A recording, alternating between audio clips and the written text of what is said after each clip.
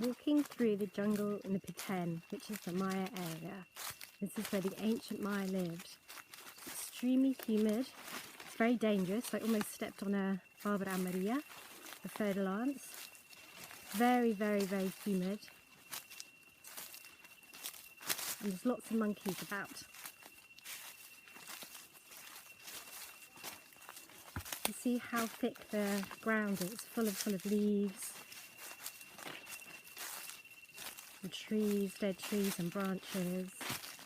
You have to walk very close to buildings to even see them because it's so thick.